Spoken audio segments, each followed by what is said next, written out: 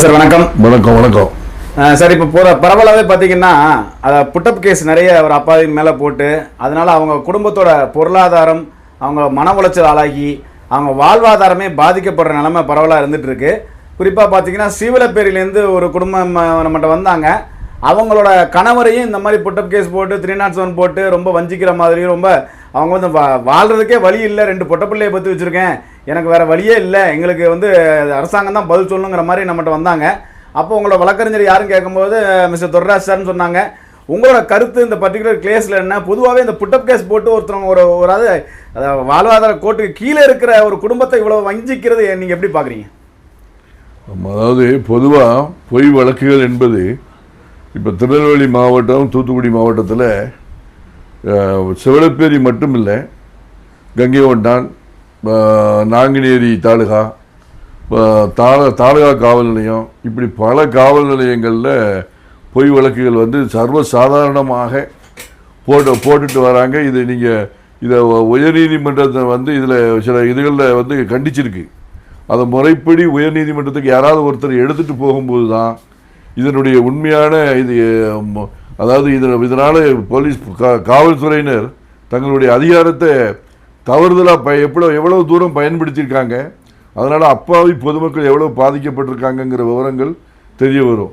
இப்போ இந்த வழக்கை பொறுத்த வரையில் இந்த அம்மா தங்கேசைக்கு வந்திருக்கேன், இதனுடைய ஹஸ்பண்டு வந்து எசக்கி பாண்டி, அவர் மேலே ஒரு 3 வழக்குகள் இருக்குது.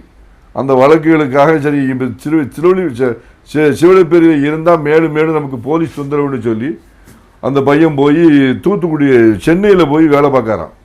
இந்த தீபாவளி லீவுக்கு தான் இங்கே வந்திருக்காரு.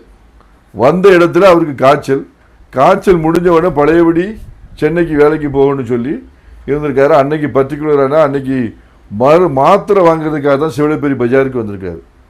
அந்த நாஞ்சில்ங்கிற எஸ்ஐ வந்து அவரும் அவர் பிடிச்ச அந்த போலீஸார் அவரை பிடிச்சிட்டு போய் ஒரு மேலப்பாட்டத்தில் உள்ள ஒரு பையன் நல்ல பேரில் எசக்கி முத்து, மாரியப்பன் மகன் ஐயப்பன்கிறவரை கொலை மிரட்டல் பண்ணி அவர்கிட்ட பணம் கேட்டு மிரட்டினதாக வால் வச்சிருந்ததாக ஒரு வழக்கை போட்டு அந்த வழக்கில் ரிமாண்ட் பண்ணியிருக்காங்க. அது மட்டும் இல்லை, அன்றைய தினமே கங்கை கொண்டானில் ஒரு மாரிங்கிற ஒரு சமூகத்தை ஒரு பையன் மாரிங்கிறவரை மிரட்டினதா அங்கே அது ஒரு வழக்கு.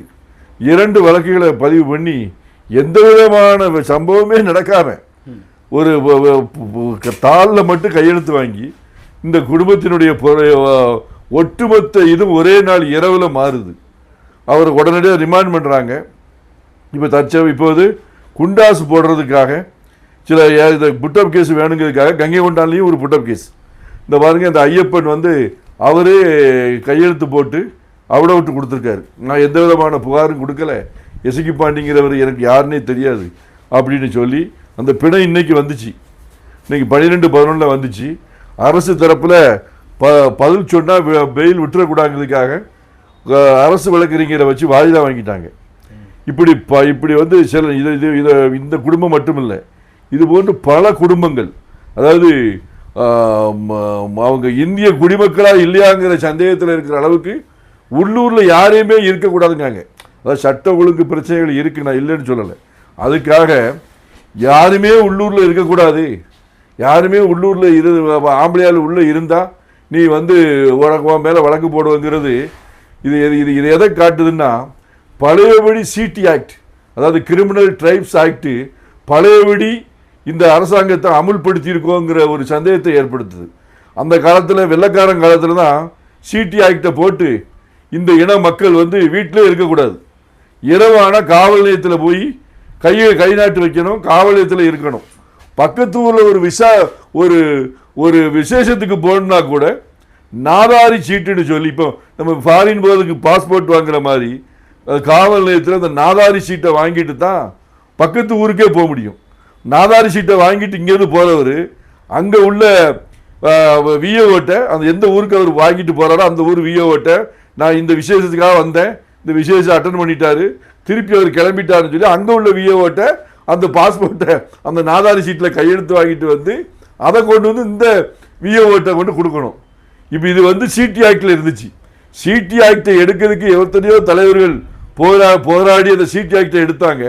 இப்போ பழையபடி இப்போ இருக்கக்கூடிய காவல்துறையும் இந்த அரசாங்கமும் இந்த மக்களை இரண்டாந்தர குடிமக்களாக, அதாவது யாருமே நிம்மதியாக வாழக்கூடாதுங்கிற ஒரு கருத்தோட அவங்கள வீட்டில் படுக்க வைக்கிறதுல உண்மையிலே மேலதிகாரிகளுக்கு தெரிஞ்சு நடக்கா, அரசாங்கத்துக்கு தெரிஞ்சு நடக்கானே தெரியல.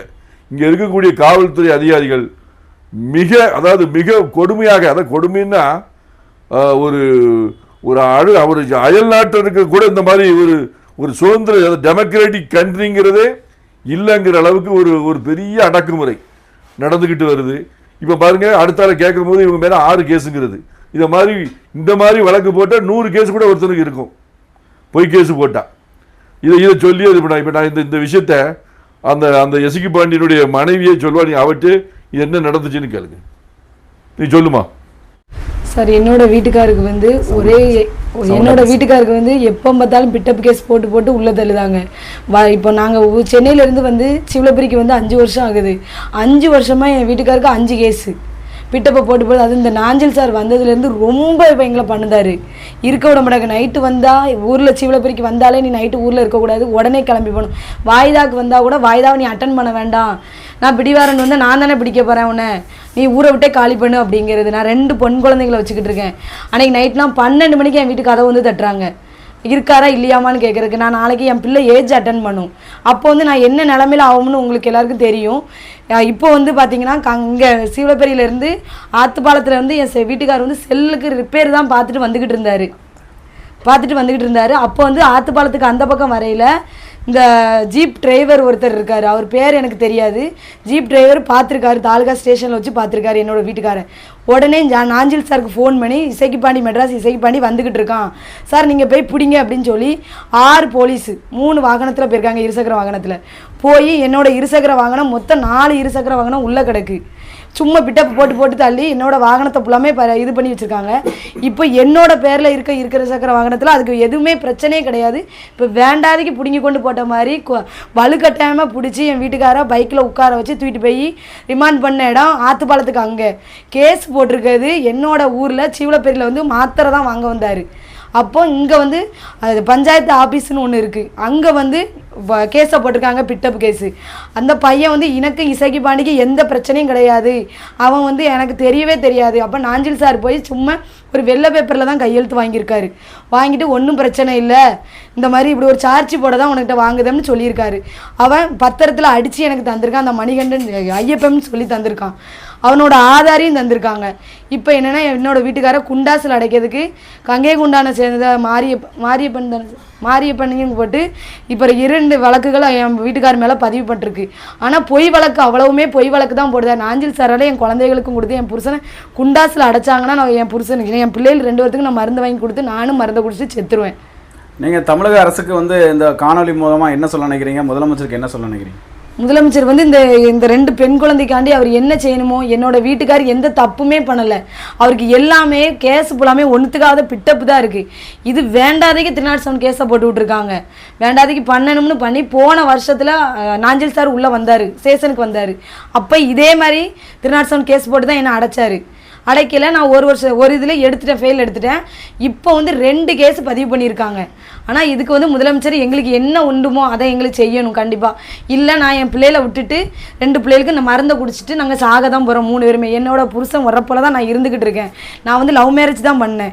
என் வீட்டுக்காரால் தான் நான் உழைப்பில் தான் நான் சாப்பிடுதேன். என் வீட்டில் யாருமே என்னை சேர்க்கலை இன்ன வரைக்கும். சட்டப்படி இதுக்கு என்ன நடவடிக்கையோ அதை நாஞ்சில் சார் மேலே நீங்கள் எடுக்கணும். சார், அந்த பொண்ணு பேட்டி கொடுத்தாங்க. அவங்க வந்து என்ன சொல்கிறாங்கன்னா, அவங்க ஃபுல்லாக புட்டப் கேஸ் போட்டு எங்களோட வாழ்வாதாரத்தை ரொம்ப பாதிக்கப்படுறாங்க. நாஞ்சில் சார் வந்து ஃபுல் கேஸும் பொய் கேஸு, எங்கள் ஹஸ்பண்ட் மேலே லவ் மேரேஜ், நாங்கள் வாழவே விட மாட்டேங்கிறாங்க. இதுக்கு மேலேயும் திரும்பி புட்டப்பாக போட்டாங்கன்னா என் 2 பெண் குழந்தைக்கு மருந்தை கொடுத்துட்டு நானும் மருந்தை கொடுத்து செத்து போயிடுவேன் அப்படின்னு அரசாங்கத்தில் ஒரு கோரிக்கை வச்சுருக்காங்க, முதலமைச்சர் ஒரு கோரிக்கை வச்சுருக்காங்க. நீங்கள் இந்த மாதிரி வந்து சூசைட் பண்ணுற அளவுக்கு ஒரு குடும்பத்தை மொத்தமாக சூசைட் பண்ணுற அளவுக்கு தள்ளப்படுற நிலைமைக்கு நீங்கள் என்ன கருத்து சொல்ல விரும்புகிறீங்க? அதாவது இந்த மாதிரி பிரச்சனைகளுக்கு தற்கொலைங்கிறது அது ஒரு தீர்வாகாது.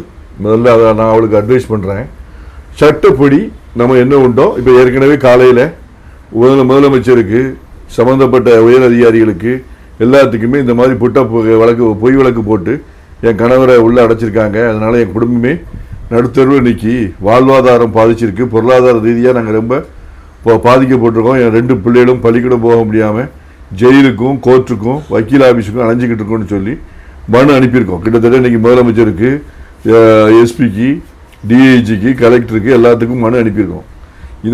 இது நாஞ்சில் மட்டும் இல்லை, நாஞ்சிலுங்கிறது ஒரு உதாரணம். இதை மாதிரி எல்லா காவல் நிலையங்கள்லையும் இந்த மாதிரி தான் பொய் வழக்குகள் தான் நடக்கு. அடுத்தாலும் பெயில் வரும்போது என்ன சொல்லுவாங்க, 6 கேஸ் இருக்கும்பாங்க. இந்த மாதிரி இந்த 2 கேஸும் புட்டப் கேஸ். பழைய கேஸ் அவன் சொல்கிறா, பழைய கேஸுகளும் புட்டப் கேஸ் தாங்க. இப்படி பொய் கேஸுகளாக போட்டு அவனுடைய எதிர்காலத்தையே பாழாக்குறாங்க, ஒரு குடும்பத்தையே பாழாக்குறாங்க. பிறவி கிரிமினலாகவே அவன் இருக்கணும், திருந்தி மறுவாழ்வுக்கு வழியே வரக்கூடாதுங்கிற மாதிரி காவல்துறையினுடைய செயல்பாடுகள் இருக்குது. இது மிகவும் கண்டிக்கத்தக்கது. இந்த வழக்கை பொறுத்தவரையில் நாங்கள் உயர்நீதிமன்றத்தில் சிபிசிஐடி விசாரணை கேட்டு இந்த வழக்கை நாங்கள் கொண்டு போகலான்னு சொல்லி அதுக்குள்ளே ஏற்பாடு நடந்துக்கிட்டு இருக்கு. உறுதியாக இந்த வழக்கை பொறுத்தவரையில் சிபிசிஐடி என்கொயரிக்கு நாங்கள் கொண்டு போவோம். இப்போ இந்த பேட்டி வந்த பிறகு கூட அந்த புகார்தாரர் ஐயப்பனை கூட மிரட்டி நான் கையெழுத்தே போட்டு கொடுக்கல, போலீஸுக்கு தான் போட்டு கொடுத்தோன்னு கூட அவங்க மிரட்டி கூட வாங்கலாம். பட் அதுக்குள்ளே வீடியோலாம் அவன் கையெழுத்து போட்டது, அவன் சொன்னதெல்லாம் வீடியோலாம் இருக்குது.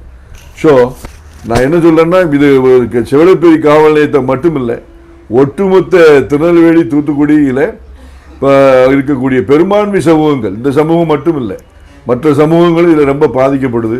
மொத்தத்தில் இது அதிகாரிகள், மேலதிகாரிகள் தான், அதாவது சட்ட ஒழுங்கை பாதுகாக்க வேண்டியது அவங்களுடைய கடமை, அதை இல்லைன்னு சொல்லலை. அதே சமயத்தில் ஒருத்தன் திருந்தி வாழ்ந்தவனையும் திருந்தி வாழ விடாமல் மீண்டும் மீண்டும் வழக்குகளை போட்டு அவனை பழையபடியும் கடைசி வரைக்கும், அதாவது இவெல்லாம் விரக்தியினுடைய உச்சத்தில் தான் அந்த நான் தற்கொலை பண்ணிடுங்கிற வார்த்தையை சொல்லுதான். அது தவறு. அதாவது எல்லாத்துக்கும் சட்டத்தில் தீர்வு இருக்குது. அந்த சட்டப்படியான நடவடிக்கை எடுத்து சம்பந்தப்பட்ட அதிகாரிகள் மேலே நம்ம உரிய சட்ட நடவடிக்கை எடுப்போம். தெரியுதாமா?